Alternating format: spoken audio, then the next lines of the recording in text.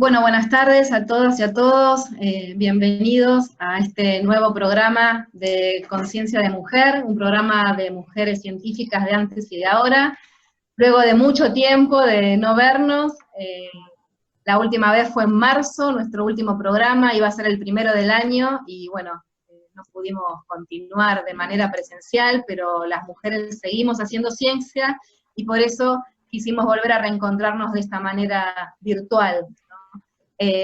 También sabrán que el pasado 20 de mayo fue nuestro aniversario, cumplimos un año de programa, luego de 7 programas súper exitosos, y bueno, y queremos continuar porque tenemos mucho para decir de lo que ha pasado este tiempo, y bueno, para los que nunca nos escucharon, queremos contarles que somos docentes, biólogas del Departamento de Ciencias Básicas.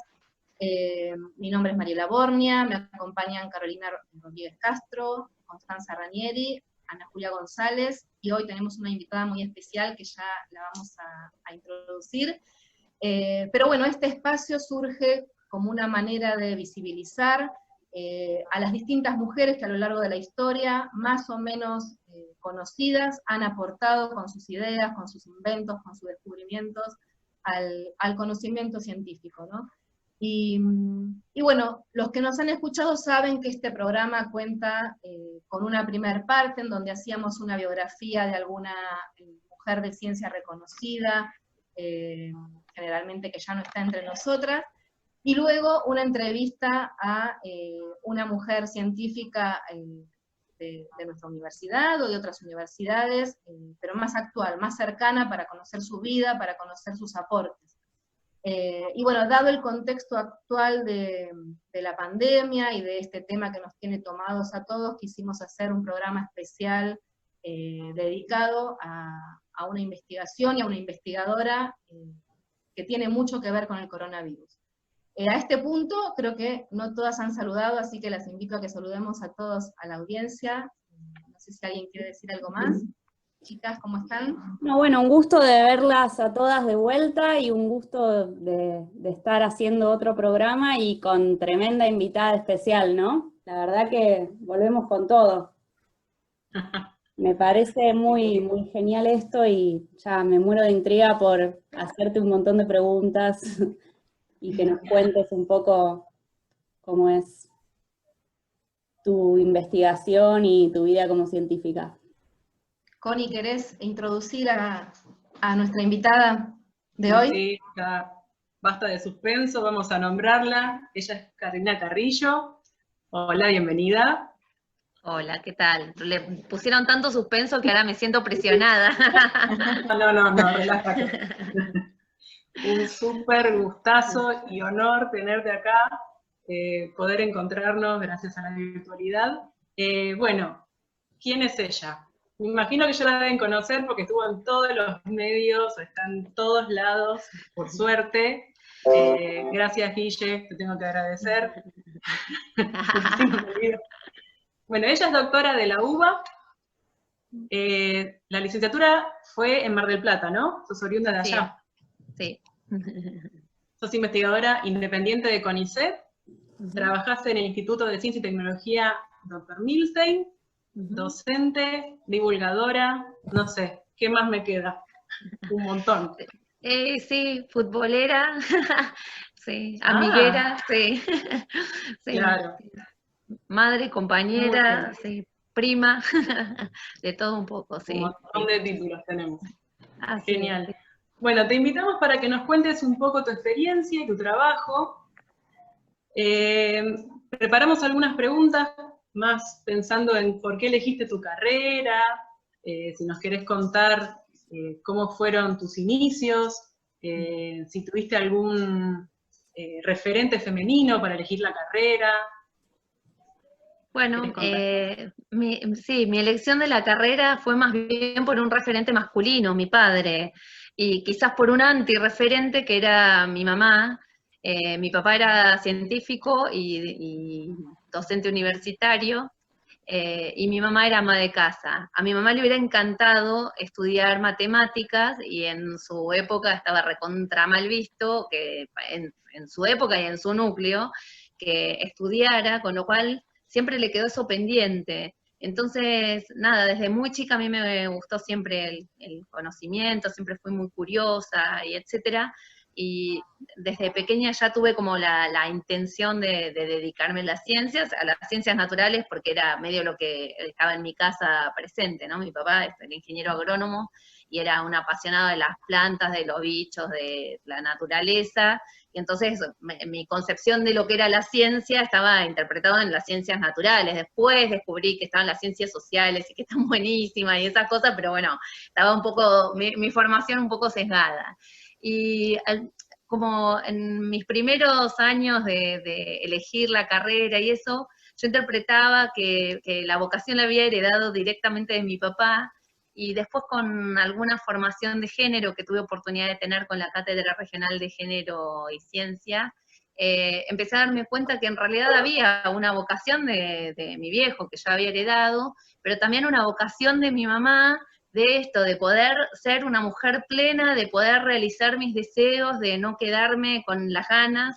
Entonces, esto, ¿no? Como a veces uno toma conciencia de esos ejemplos que quedan como desdibujados y que de pronto son los que fueron más poderosos, los que hicieron que en algún momento yo dijera, bueno, hay materias que quiero cursar de biología que en Mar del Plata no están, y me animara a decir, me voy a Buenos Aires con 2 mangos, pasé hambre, pasé frío, no me importó, me vine a Buenos Aires, y fueron unos años geniales, a pesar de estar así como viviendo con algunas limitaciones que no estaba acostumbrada. Así que bueno, esos fueron mis modelos por los que me motivó la selección de las ciencias biológicas. ¿Y hubo Qué aceptación de tu ambiente familiar de que elijas esta carrera, esta vocación, que sigas tu vocación? No, ellos estuvieron siempre apoyándome en eso, y creo que fue también una ventaja, porque cuando, bueno, hay tantas hostilidades que cuando tenés algo medio facilitado, tiene un valor grande, ¿no? Sí fue difícil cuando dije que me quedaba en Buenos Aires. Cuando dije me voy un año a estudiar a Buenos Aires, las materias que me faltan, recibí todos los apoyos. Cuando dije, che, me quedo acá, ahí fue un poco, claro, más difícil. Pero bueno, yo ya estaba acá fortalecida, ya ellos me habían enseñado esto, a que tenía que ser obstinada con mis deseos, y acá estoy. Extraño el mar, pero acá estoy. Bueno.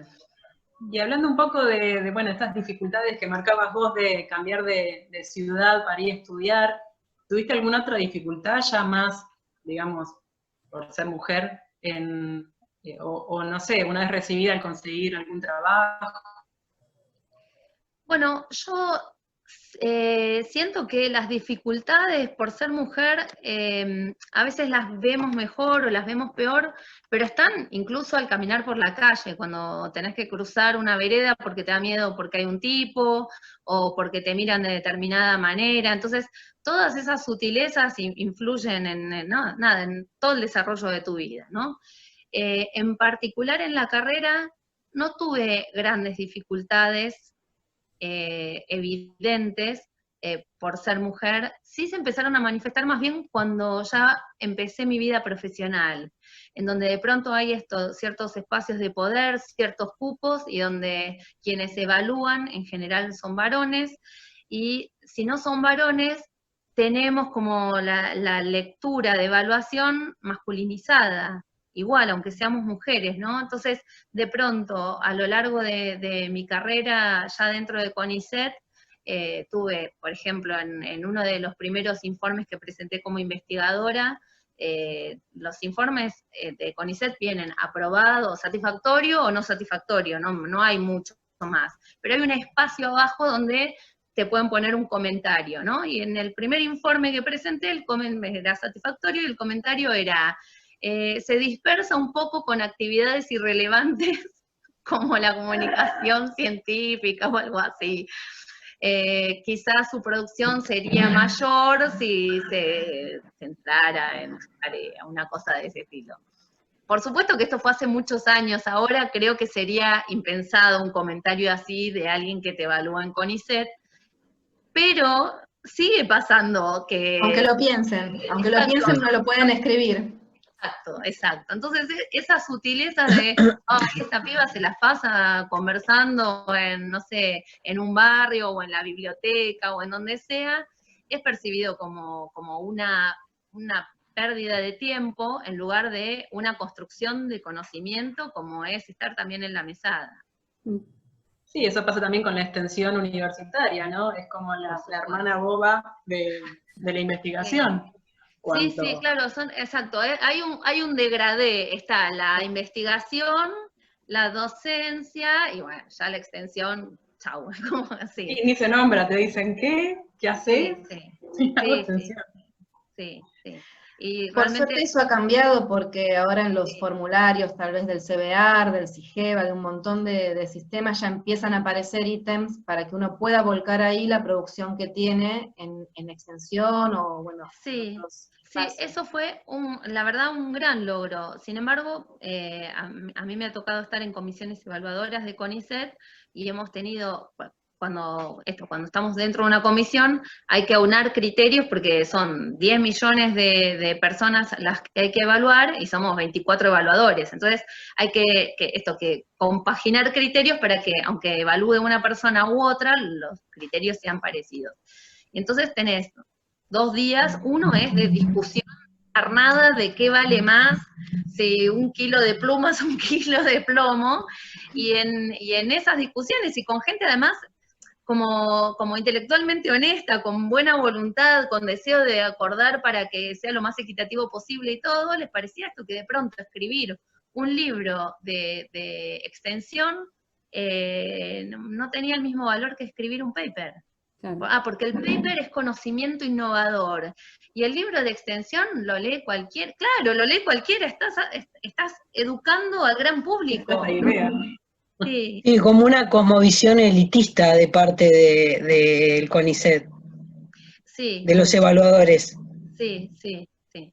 Y eso, nada, va cambiando, y hay como ciertos hitos que hacen que al menos empecemos a pensar, a entrar en disputa con nuestras culturas previas, pero lleva un montón de tiempo cambiarlo, y un activismo, un libro de comunicación de las ciencias para el gran público, está llegando un montón de personas, un montón más, de pronto contribuye mucho más que un paper en donde volvés a describir la misma proteína que ya describiste 40 veces y que esta vez viste que además hace B además de A, ¿no? Entonces es como un trabajo de remar todos los días. Y perdón, que hago una pregunta, Caro, te digo así, ya somos como familiares. No, vos no notaste, o sea, a muchas mujeres a lo largo de la vida nos ha pasado que como ahora se pone en palabras lo que es la violencia y la discriminación de género, en el pasado quizás no notábamos discriminación o ciertos maltratos y ahora los vemos más claramente. Entonces eso hace que, bueno, uno cuando mira en retrospectiva puede ver un montón de circunstancias en las que lo vivió y no se daba cuenta. Sí. Y ahora sí nos damos cuenta. Y por eso yo no creo que, no sé si la violencia ha aumentado o está igual, pero ahora nos damos cuenta. Y sí. Entonces eso vos lo has vivido, notar que en tu pasado quizás no te diste cuenta y ahora sí lo ves, ahora sí hace un tiempo, digo, ¿no? Sí. Bueno, yo empecé como a mirar a través de los ojos de género, esto a partir de la formación que tuve en el 2004 con la Cátedra de Género y UNESCO, y ahí empezás a despertar. Y en ese momento yo aprendí un montón de cosas, empecé a interpretar un montón de cosas, pero claro, no estaba este conocimiento social. En estos últimos años, este reconocimiento del problema de género, más allá de la discriminación, como de esa sutileza, porque obviamente hay violencias evidentes, pero después están esos micromachismos que hacen que pase un no sé qué, que cuando vas a hablar a una reunión entre colegas, mujeres y varones, se genere esa cosa donde sintonizás bien con las mujeres y quedás como como distinto de dónde se posicionan los varones, y los varones son los que toman las determinaciones, y nosotras las que de pronto ofrecemos opiniones, pero no es la palabra más autorizada, ¿no? Esa cosa que además, esto ahora la empezamos a ver, pero que también genera una disputa, porque tenemos un montón de colegas varones que son gente copada, y que se encuentra en un lugar en donde también hay una disputa entre soy el varón que tiene ventajas, no soy el varón que quiere tenerlas, bueno, entonces ponete las pilas y fíjate lo que estás haciendo, ¿no? Como esa disputa en donde cuando vos hablas de género, también hay un varón, que de pronto o se violenta porque quiere seguir siendo el rey de la creación, o se incomoda porque no sabe cómo manejarlo, porque ahí hay un lugar de privilegio que no eligió, pero que está disfrutando, que se da cuenta que hay una cierta inequidad, pero no sabe cómo manejarla. Nada, y entonces se generan estas cosas entre compañeros y compañeras, incluso entre personas que tienen una buena voluntad. Bien. Bueno. Sí, totalmente. Muy interesante todo lo que estás contando, Caro. Yo quería preguntarte más bien cómo cambió tu trabajo, cómo era tu trabajo, no sé, el año pasado y ahora en esta situación actual que bueno, fue pandemia, coronavirus, Sí. a empezar a reinventarse. Sí, un flash. Nosotros veníamos trabajando desde el 2011 para diseñar un kit de diagnóstico de Chagas congénito. Yo trabajo en Chagas, soy una militante del Chagas, porque además esto es una problemática no solo de salud, sino social, súper vigente en Argentina y súper invisibilizada. Al menos el 4% de la población argentina tiene Chagas, ya no está solamente en el norte, no sé, ya no es rural y no es solo latinoamericana, sino que está globalizada. Entonces, trabajo en Chagas hace un montón de años, hago biología molecular del parásito, pero además hablo y hablo y hablo de Chagas. De hecho, participo de un grupo que se llama ¿De qué hablamos cuando hablamos de Chagas?, que tiene un montón de materiales didácticos y de difusión, y vamos a donde sea a hablar de Chagas para generar esta conciencia. Bueno, estábamos haciendo el diagnóstico molecular de Chagas, cuando empezamos a notar que la herramienta que habíamos elegido para eso era como muy poderosa y era replicable para otros tipos de diagnósticos, ¿no? Entre otras cosas lo empezamos a descubrir porque hablando con gente en los hospitales que trabaja en Chagas, cuando le decía, sí, estamos haciendo esta herramienta, que es fácil, que es transferible, que se puede hacer casi en cualquier lugar, no necesitas un equipamiento costosísimo, decían, ay, ¿no tenés algo para sífilis? Ay, ¿y no tendrán un diagnóstico? ¿Entendés? Y como la misma gente que está en la primera línea de atención, nos empezó a pedir así como distintos diagnósticos. Dijimos, la verdad que esta herramienta da para adaptarla, y entonces ya lo planteamos en términos de plataforma, en donde la idea fue como en 3 pasos. Bueno, ¿qué tipo de muestra necesitamos según el patógeno? Y cómo la procesamos para que sea no peligrosa y sea lo más fácil posible obtener de ahí un templado molecular, o sea, lo que nos va a servir para la reacción de detección. El segundo paso es, bueno, ¿cómo ajustamos la reacción de amplificación molecular para que sea lo más eficiente posible sin dejar de ser simple? Y el tercer paso es cómo adaptamos la lectura del resultado también para que pueda pensarse como un todo, un kit, un test que pueda aplicarse en condiciones a campo o en condiciones point of care, se llama, o sea, como al lado del paciente y no tener una altísima tecnología para poder hacerlo. Entonces, ya en ese criterio empezamos a desarrollar sífilis, brucelosis, distintos test que fueron avanzando cada uno a su velocidad, un poco dependiendo de los fondos, de cómo nos iban dando las pruebas, de qué muestras conseguíamos, porque ahí necesitamos trabajar también en equipo con equipos de salud, con personas que tienen muestras clínicas, etcétera.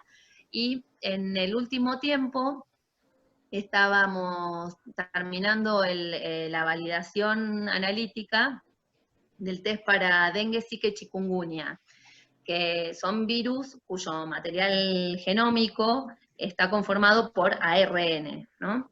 Miren, nada, ustedes sí, pero por ahí otras personas no saben que la mayoría de la información genética de la mayoría de los organismos son moléculas de ADN, otra molécula, y Zika, dengue y chikungunya, su material genético es ARN, y COVID casualmente también, ¿no? Entonces, estábamos por empezar la validación clínica, ya Santiago, uno de los miembros del equipo, estaba en conversaciones con hospitales para esto, cuando llegó el COVID. Como el COVID también, su material genético es una molécula de ARN, toda la experiencia que veníamos teniendo de todas las veces que tratamos de ajustar la plataforma para obtener un diagnóstico, ¿no?, de distintos organismos, que hicimos un montón de errores y algunos aciertos, porque así es la ciencia, ¿no? Uno hace 10.000 experimentos y algunos sirven.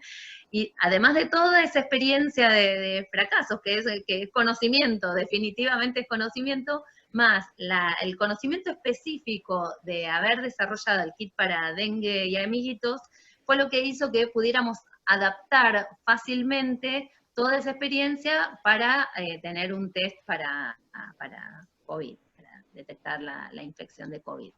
Y en esto a mí me gusta resaltar, aunque sea varón, el rol de Santiago, porque él en enero, febrero, cuando esto todavía no era una pandemia y no era un problema de este lado del continente, con este criterio de aplicar la plataforma, él se le ocurrió ya empezar a alinear las secuencias, la información genética que se tenía de los distintos aislamientos y etcétera, para empezar a evaluar, a ver si podíamos aplicar nuestra plataforma, y empezó a diseñar primers, que son como los anzuelitos que usamos para la amplificación. Nada, y entonces cuando se declaró la emergencia acá en Argentina, y el Ministerio de Ciencias nos convocó a toda una serie de grupos que sabían que estábamos trabajando en desarrollos de kits, que teníamos una experiencia no solo como en la parte académica, sino en obtener un producto. Bueno, cuando nos convocaron ya teníamos un montón de tiempo ganado gracias a la visión que tuvo Santiago. Un visionario. Sí. ¿Cómo se apioló? ¡Qué bien! Sí. Bueno, y qué bien me hace sentir que es argentino, ¿no? Que salió de acá esta idea, y nada, yo sigo sintiendo muchísimo orgullo por todos ustedes, y es genial. Bueno, entonces, ya tocamos el tema COVID. Una cosa sobre el financiamiento de tu investigación anterior al COVID, porque entiendo que en el contexto COVID hubo un montón de financiamiento extra para laburar en COVID. Y previo a eso, todos estos kits de diagnóstico que tenían que ver, bueno, con Chagas o con dengue, ¿eras CONICETico? ¿Era MinSit?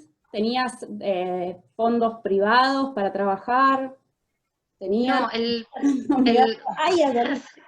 es un largo camino con distinto grado de éxito según los momentos y etcétera. En el 2011, el propio Ministerio de Ciencia convocó a nuevos desarrollos con innovación tecnológica para Chagas, y entonces en ese momento fue cuando nosotros presentamos el proyecto de este kit diagnóstico. Nos salió ese subsidio, era mucha plata, nos permitió instalar todo el laboratorio de Chagas en el Milstein. Yo antes trabajaba en otro instituto, en el ELUAR, y ahí me pude mudar e instalar todo un laboratorio ya mío, y además poder costear todo el trabajo ese, ¿no? En ese momento, para ese proyecto ya el propio Estado nos exigía formar un consorcio de asociación público-privado, porque el espíritu de esos subsidios era obtener un producto, no un prototipo, ni una idea, ni muchos papers, sino un producto. Entonces, te exigían un consorcio público-privado con alguna empresa que tuviera experiencia en productos de tecnología médica, para no asegurarse, pero en todo caso ampliar las probabilidades de que llegue a ser un producto. En ese momento estábamos dirigiendo este proyecto con Adrián Bosnoff, y nos aliamos, como somos investigadores los dos de CONICET, nos aliamos. CONICET firmó un consorcio de asociación público-privado con el laboratorio Pablo Casaras, con quienes venimos trabajando. Entonces eso, la verdad que fue una experiencia novedosa para mí, que siempre trabajé en el sistema público, y entonces empezar a tener este intercambio de voces, miradas, criterios, fue un aprendizaje súper valioso y fue lo que nos permitió llegar a tener el kit de diagnóstico para Chagas, que fue el primer kit molecular argentino aprobado por ANMAT. Pero fue un desafío grande también, por esto de interpretarnos, entender lo que decimos, lo que queremos decir, nuestros intereses, que aunque a veces tengamos intereses distintos, pueden ser convergentes para realizar lo que tenemos que hacer, y etcétera, ¿no? Después de eso tuvimos otro subsidio también dentro del consorcio público-privado, que también nos ayudó un montón, y después tuve así como un largo desierto de PICTs que no salieron, pero bueno, uno va encontrando así como fondos de acá o estirando lo que tenía. Para dengue sí, obtuvimos un startup que el director era Adrián, y entonces con eso también tuvimos un empujón. Bueno, y ahora llegamos a este momento donde recibimos fondos específicamente para COVID, y eso fue un alivio porque no tuvimos que vinieron los fondos rápido, y además nos ayudaron con todo lo que fue la compra de insumos, la importación, de contar con toda esa estructura del ministerio, donde no solamente era económica, sino de otro tipo, de logística, etcétera, fue lo que hizo además que pudiéramos responder a esta velocidad. Carolina, por ahí antes de meternos de lleno con el kit del coronavirus, quería preguntarte cuál es el estado actual del kit que desarrollaron para el Chagas, si está en funcionamiento en este momento, ¿en qué está eso? Bueno, el kit ese está aprobado, tuvimos un primer lote, y que fue un lote pre-marketing, que antes de empezar a comercializarlo, la decisión fue probarlo a campo, en condiciones reales, y estábamos haciendo toda la prueba en Chaco, bueno, cuando llegó COVID. Claro. Y, perdón, y detecta en la fase aguda, ¿no? Porque tengo entendido claro. Sí, exacto. Nosotros en realidad teniendo como pocos recursos, siendo pocos nosotros y etcétera, nuestro planteo fue en las situaciones de crónicos, existe un test serológico que funciona, que no es caro. Entonces, ¿dónde es que hace falta? Para neonatos. En el caso de los neonatos hay un problema diagnóstico importante. Bueno, lo mismo que en las detecciones quizás de reactivación en inmunocomprometidos. Pero entonces nosotros pusimos como todas nuestras fichas para el diagnóstico en neonatos. El kit también sirve para agudos, también sirve para inmunocomprometidos, pero no hicimos la validación clínica, o sea, no está legalmente aprobado para eso, porque fue, bueno, somos esta cantidad de personas, tenemos esta cantidad de plata, esta cantidad de tiempo, y la necesidad más grande son los 1.200, 1.500 nenes que nacen al año con Chagas congénito y que se nos escapan. Entonces ahí fuimos. ¿Sí? Después esperamos ampliar su utilidad para estas otras poblaciones. ¿Sí? No sé cómo estamos de tiempo. Vamos bien. Todavía no apareció el cartel, así que... Te seguimos preguntando. Pregunte. No sé qué tenían por ahí en el listado de preguntas. Yo tengo un montón más técnicas de la técnica en sí que han utilizado y que es novedosa con respecto a otras técnicas de detección de coronavirus, pero no sé si nos metemos de lleno con eso, o habría otra cosa que te quedó, Connie, por ahí en el tintero. No. Arranquemos con COVID, que es lo que está de moda. Claro.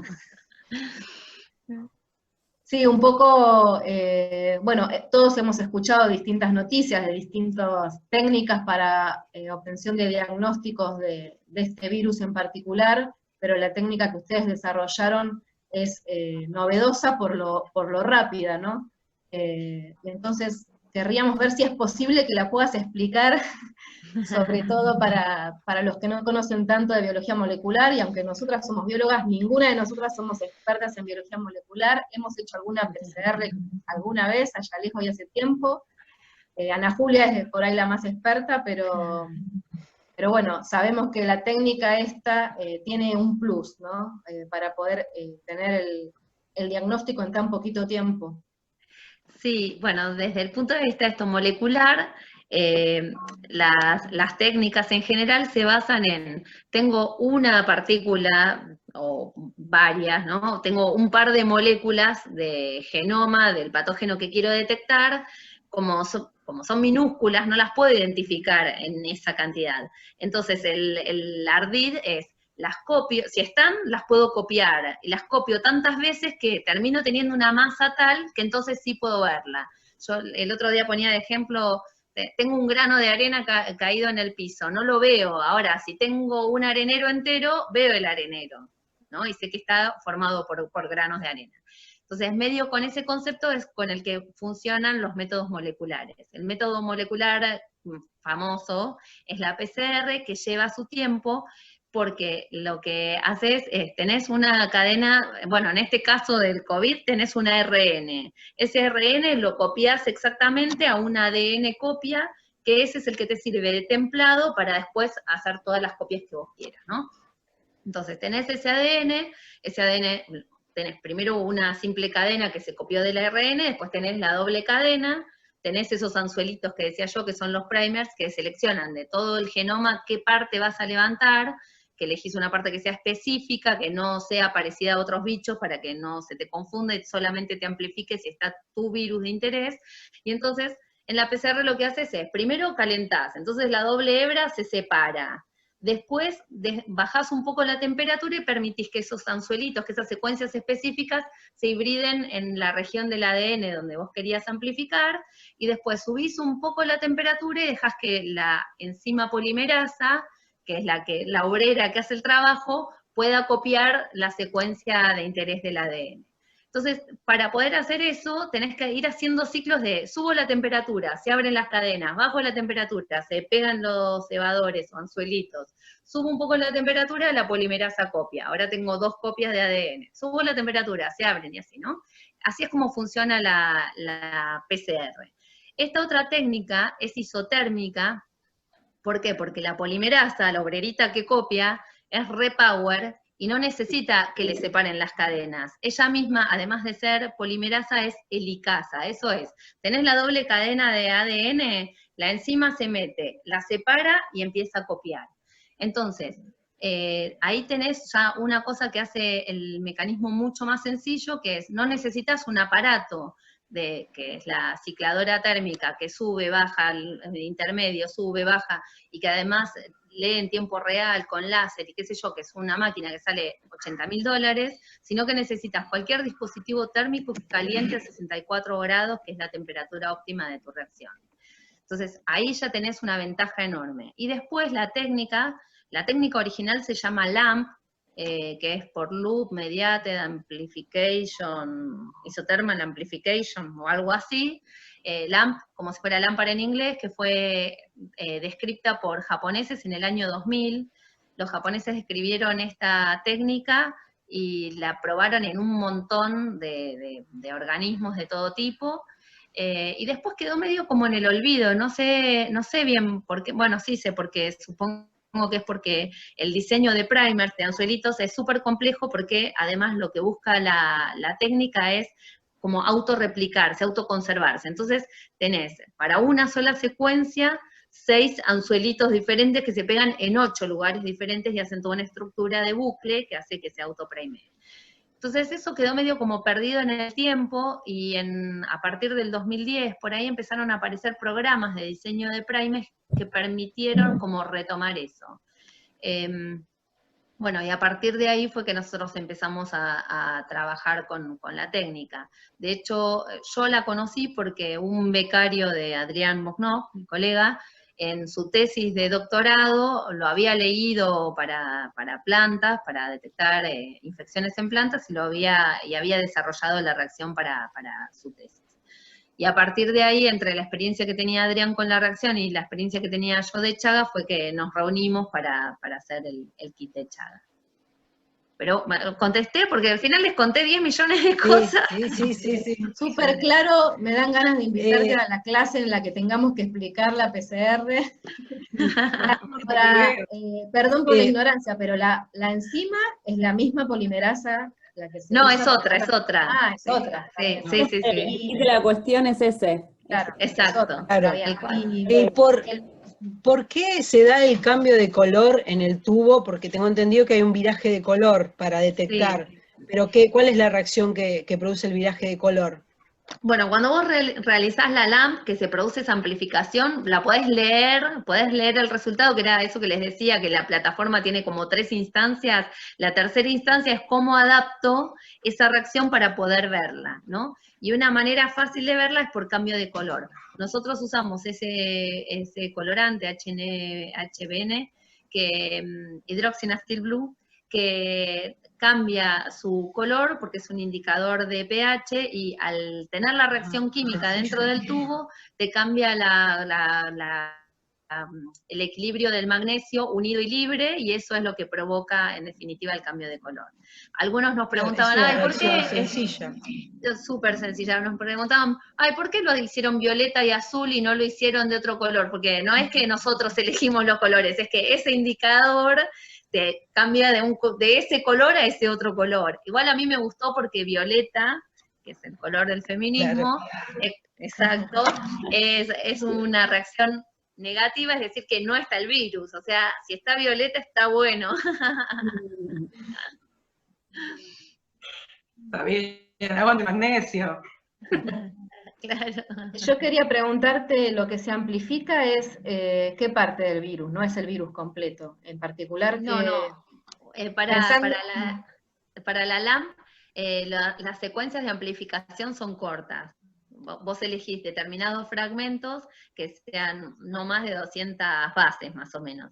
Y en este caso lo que hicimos fue amplificar, sumar como una multiplex, se llama, o sea, que amplifica más de una región para asegurarnos que si ocasionalmente el virus sufre justo una mutación en un determinado punto, bueno, todavía están los otros puntos que van a seguir dando la reacción bien, sí. Sí, justo te iba a preguntar eso, si qué era lo que amplificaban por la posibilidad de que pudiera haber falsos negativos, ya sea porque el virus haya mutado, o también falsos positivos por si es que hay secuencias que sean parecidas a otros coronavirus, ¿no? Sí, ¿Se puede dar claro. eso? Sí, bueno, nosotros para hacer la aprobación de ANMAT te exigen todo un panel de pruebas, varios paneles de pruebas, y entre ellos tenés que demostrar esto, la sensibilidad analítica, después clínica, en donde demostrás esto que con distintos tipos de muestras, de distintos pacientes, etcétera, te sigue dando positivo, además de los análisis in silico.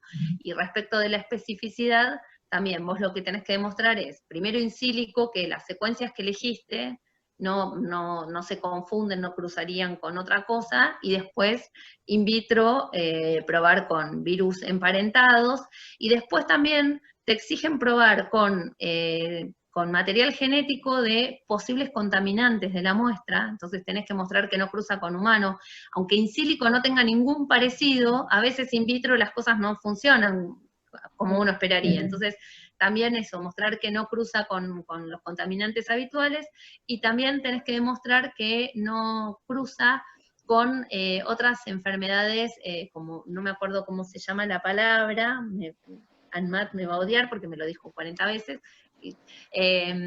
con otros posibles patógenos que coexisten geográficamente. Entonces, por ejemplo, si bien dengue no es un virus filogenéticamente cercano, tuvimos que demostrar que no cruza, porque en este momento acá en Argentina tenemos COVID y tenemos dengue.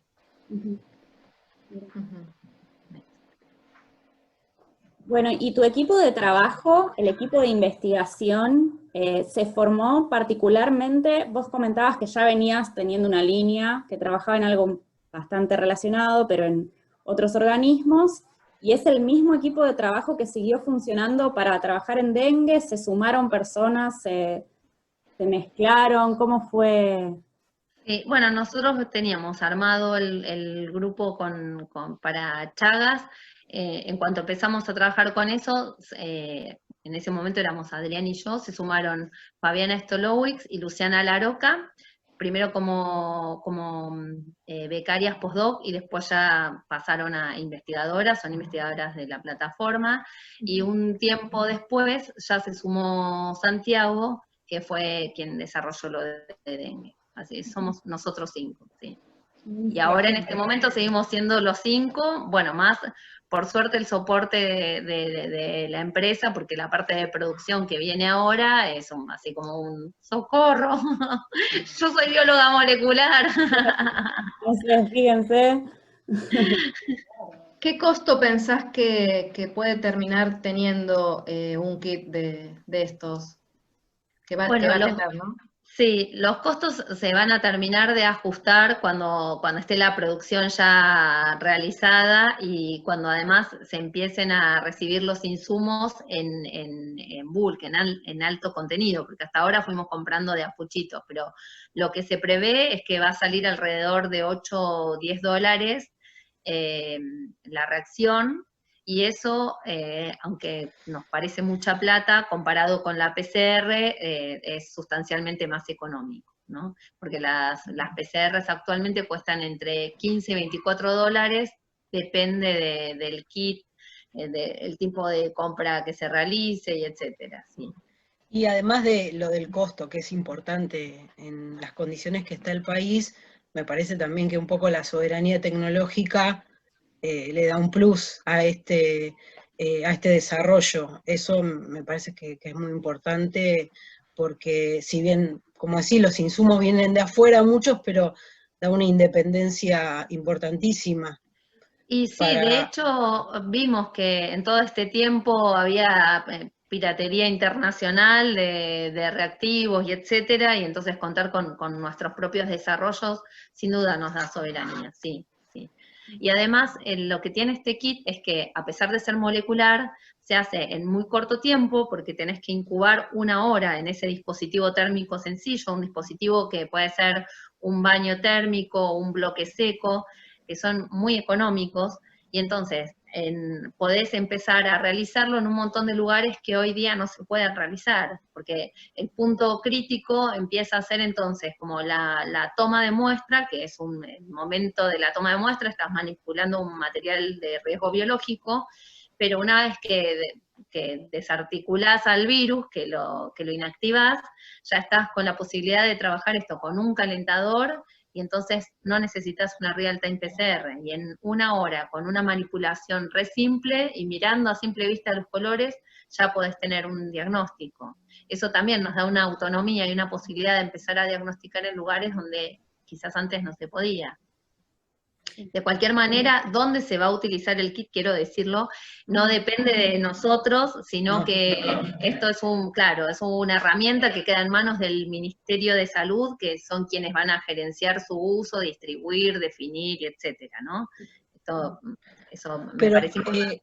Claro. Tampoco, por lo que leí, no hay antecedentes de un test que sea tan rápido, porque hubo otros desarrollos en otros países, pero no con la velocidad que funciona este. Sí, bueno, los japoneses, los que inventaron la reacción, tienen un kit y que tiene más o menos el mismo rango de tiempo. Lo que pasa que para leer la reacción ellos la leen por turbidimetría, y entonces necesitas un aparatito que te lee turbidez para definir si es positivo o negativo. Entonces Claro, ahí tiene un punto de complejidad que el nuestro no lo tiene. Y ahora recientemente también salieron 2 kits, uno en Corea y uno en Estados Unidos, que también usan la LAMP como fundamento, pero necesitan un sistema como propio de equipamiento, que no es una panchera y listo, sino que es un aparato que traen ellos, que tiene que ser de su marca, y entonces, de vuelta, es rápido, es sencillo, pero resulta muy caro para nuestras economías, porque tenés que comprar ese equipo. Claro. Así que sí. Ahí está el negocio detrás del test también, Claro, ¿no? De la empresa. Claro, claro, sí. Yo tenía otras 2 preguntas, pero si me dejan, yo sigo, chicas, ¿eh? Nos va a odiar. Sobre todo para los que somos muy ignorantes y que la verdad que tengo ganas de volver a cursar inmunología, bueno, hay un montón de cosas que me aclararían un poco el panorama. No, una era preguntarte el material original que ustedes utilizaron para amplificar, cómo lo obtuvieron, de dónde proviene, Bueno, cómo es eso eso. también es una pregunta súper pertinente porque además de tener al Ministerio de Ciencia acompañándonos en este proceso, también estuvo sumado el Ministerio de Salud y a través del Ministerio de Salud se nos fueron dando las muestras de la Lisma-Albran para hacer todos los pasos de validación analítica y de validación clínica. Entonces, de vuelta, contar con estructuras del Estado, nacionales, que nos están apoyando, que facilitan el acceso a las muestras, coordinado, y en sintonía con un objetivo común, la verdad que hace la diferencia entre poder tener un producto rápidamente o tener que perder 1000 años hasta que podés acceder a las muestras, a las voluntades, a los subsidios y etcétera. Así que, nada, eso, realmente contar con una estructura del Estado, de Ministerio de Salud y Ministerio de Ciencias, en mi criterio, vale la pena. Pero, o sea, digamos que proviene de virus aislados en los institutos, Exacto. y de ahí se Sí, los son proveyeron a ustedes.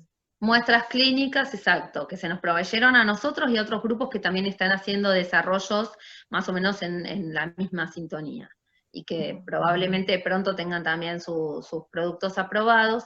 Y en este sentido también me parece importante señalar que contar con muchas herramientas diagnósticas, de vuelta es valioso y nos suma soberanía, y que cuando hablamos de tener herramientas diagnósticas no estamos hablando de herramientas que desplazan unas a otras, sino que se complementan, que tienen posibilidades de utilizarse en distintos lugares, en responder distintas preguntas. ¿No? Esta cosa de un clavo no saca otro clavo, sino que necesitamos muchos clavos, eso. No, claramente, también recordábamos los otros días con las chicas, comentábamos acerca también del kit que están desarrollando el grupo de Andrea Gamalnik con respecto a la detección de anticuerpos, ¿no? Como que es otro abordaje para responder otras preguntas para el mismo problema, ¿no?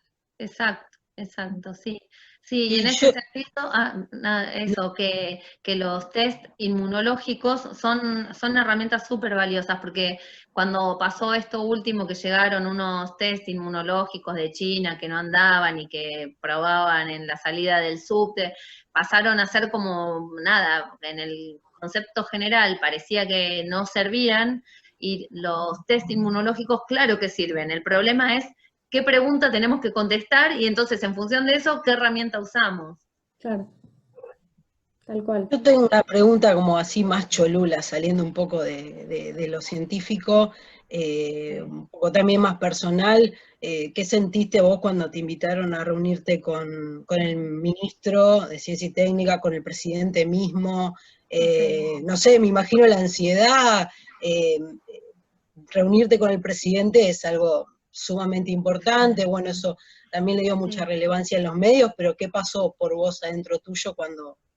Ese día fue muy raro porque nosotros nos despertamos ese viernes preocupados porque todavía teníamos que entregar una corrección de las etiquetas, porque ANMAT se evalúa todo, ¿no? El desempeño del kit, pero todas las cuestiones regulatorias y legales, y a la etiqueta le faltaba algunos símbolos, no sé qué, que son internacionales, que no sabíamos, entonces no nos aprobaban hasta que las etiquetas no estuvieran bien, y nos levantamos re temprano ese viernes a poner los símbolos en las etiquetas y qué sé yo.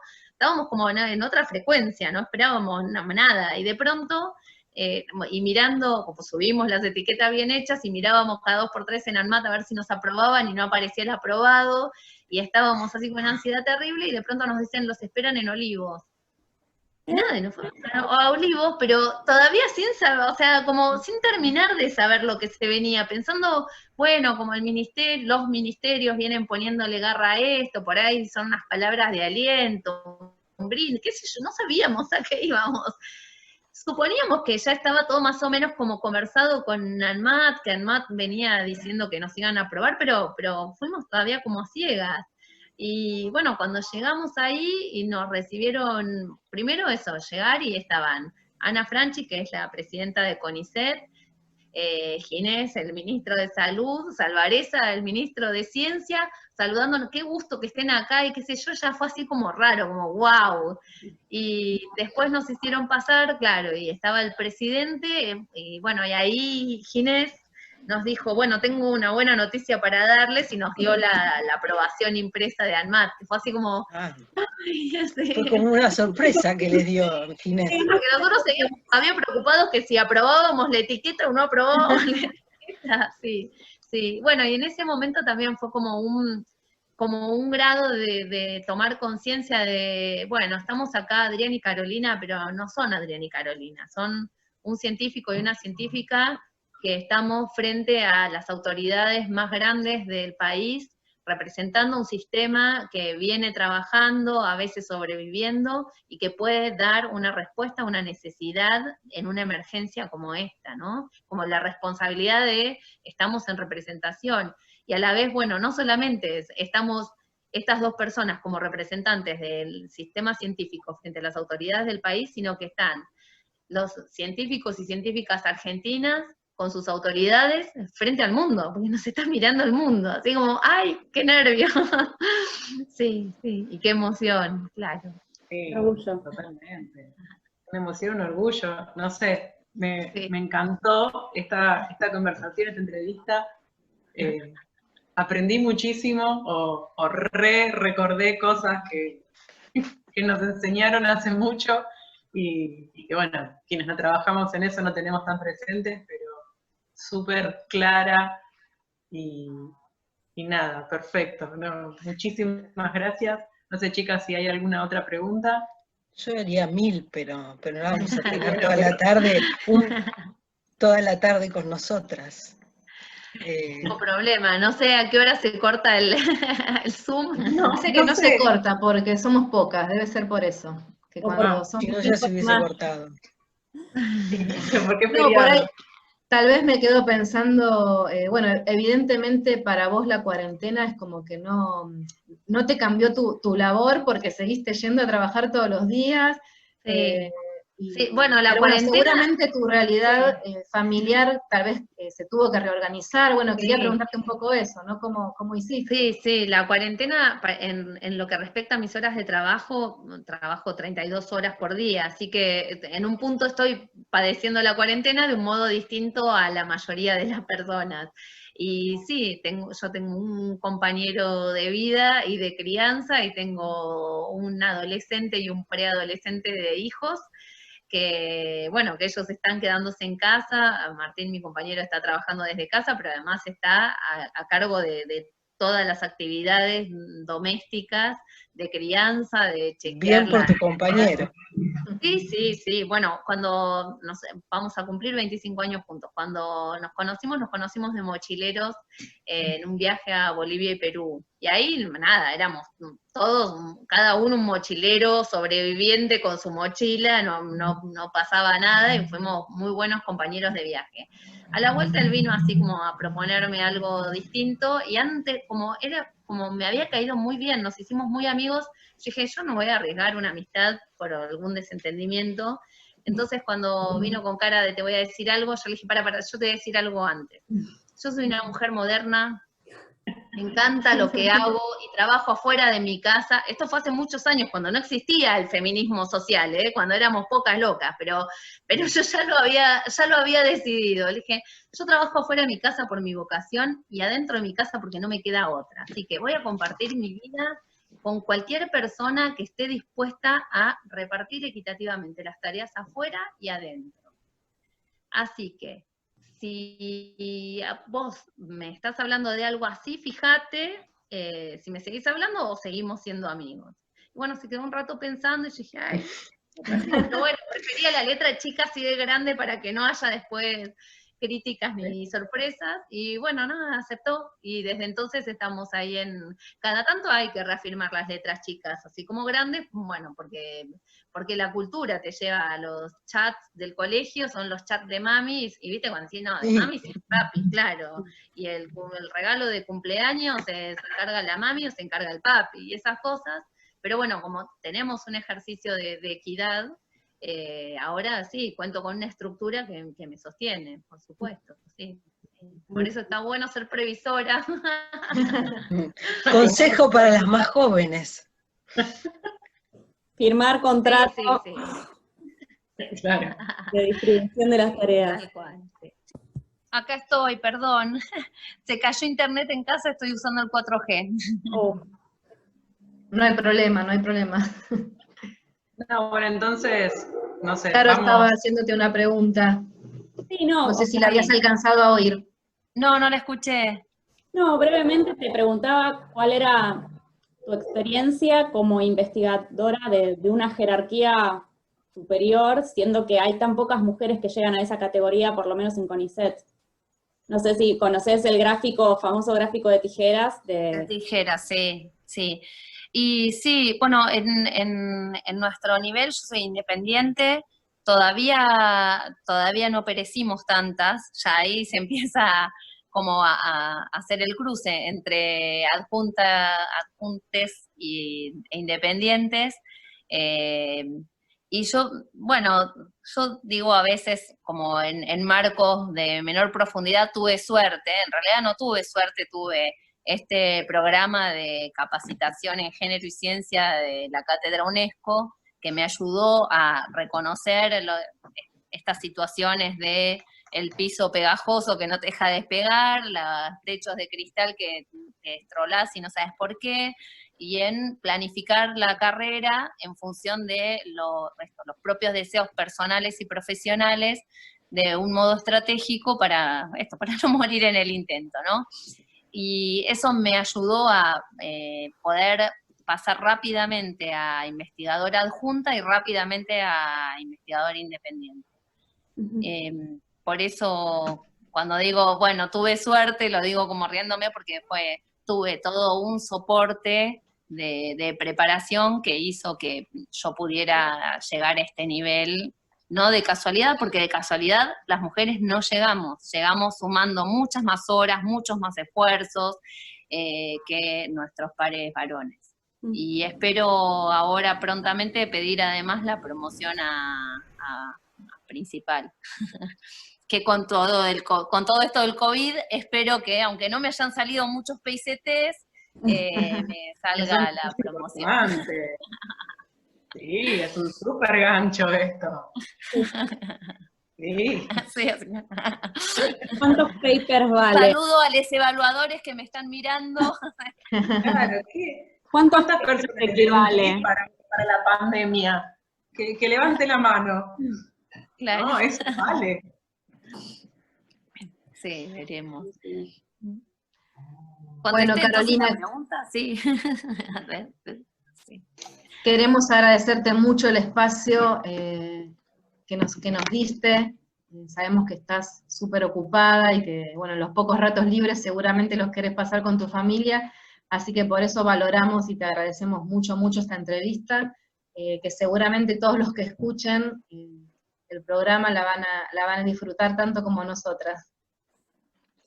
Bueno, muchísimas gracias, la verdad que fue un placer esta conversación con ustedes y podemos planear para otro de los programas volver a juntarnos y conversar de chagas, de ciencia o de comunicación de las ciencias ya en otro contexto.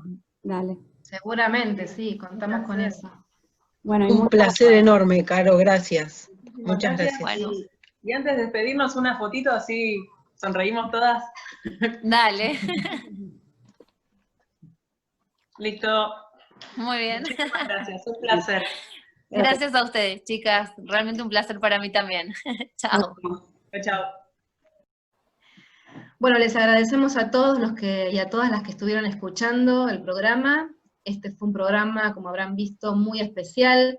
que salía del formato tradicional de nuestros programas, pero creímos que valía la pena utilizar todo el espacio y toda la hora que teníamos disponible para esta entrevista, esta gran bióloga científica argentina que tuvimos con nosotras.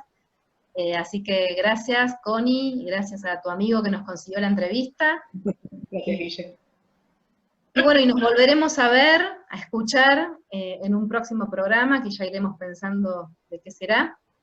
Les recordamos que pueden seguirnos en las redes, en nuestra cuenta de Instagram, que nunca me la acuerdo, no sé si la tienen por ahí, Radio Conciencia de la Mujer, o también nos pueden inscribir a nuestro correo electrónico, radioconcienciademujer@gmail.com, y bueno, nos despedimos, no sé si quieren decir algo más, mis compañeras de radio. Nada, esperamos que todo el mundo esté pasando una buena cuarentena y esperamos vernos de vuelta pronto por los pasillos de la UNLU. Todos sanos, todes sanes. Cuídense, por ahora quédense en casa y a volver con todo. Un placer volvernos a reunir en este espacio que tenemos y con esta, volver con esta entrevistada. Un placer realmente. En otro Saludos evento. a todos y a todas. Nos vemos, hasta luego. Un beso grande.